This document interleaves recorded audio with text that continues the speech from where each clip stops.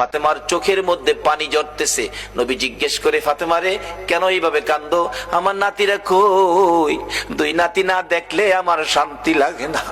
ফাতেমা বলেন, বাবা গো, আমি কান্দিছি কোন ব্যথায়?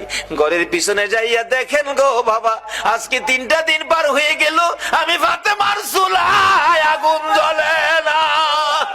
আপনার আদরের দুই নাতি না খাইয়া থাকতে থাকতে পেটের খিদার যন্ত্রণায় ঘরের পিছনে গলাগুলি করে নানা নানা কইয়া কাঁদতেছে গো বাবা। আমার নবী পিছনে যাইয়া দেখে গলাগুলি করে নানা নানা কইয়া কাঁদতেছে। নানা গো, পেটের খিদা গো নানা, সহ্য করতে পারি না। আমার নবী বেরিয়ে গেলেন। ঘুরতে ঘুরতে যাইতে যাইতে একটা ইহুদির বাগানে আমার নবী চাকরি নিলেন। কুয়ার থেকে পানি উঠাবেন, গাছের গোড়ায় পানি দিবেন, পানি উঠাবেন, 1 বালতি পানি 8টা, 1 বালতি পানি 3টা করে খেজুর, এইভাবে 8 বালতি পানি উঠাইয়া হাসাইন হুসাইনের মায়ায় আমার নবী বাগানে চাকরি পর্যন্ত নিয়েছে। এই ভালোবাসার হাসাইন হুসাইনে কষ্ট পাবে, এই কাজ আপনারা কইরেন না।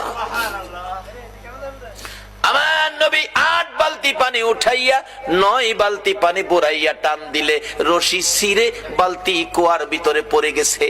ইহুদি দৌড়াই আসছে, পানি উঠাও পানি উঠাও।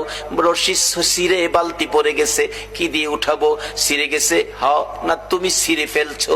আমার নবীরে কয়, নবী বলে ছিঁড়ে ফেলছে। আমার নবী বলেন, ইহুদি রে, আমি ছিঁড়ি নাই, ছিঁড়ে পড়ে গেছে।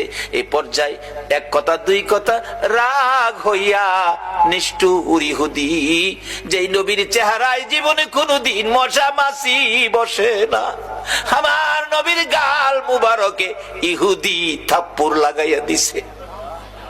আমার নবী একটা চিৎকার মারছে, ইহুদি রে, পেটের খিদা রে, আমার নাতিরা 3 দিন পর্যন্ত খায় না, আমি রাসূল খাই নাই রে।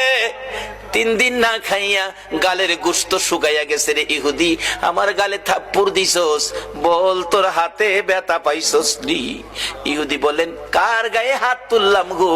আমি মারলাম, আমার জিগায় ব্যথা পাইছিনি।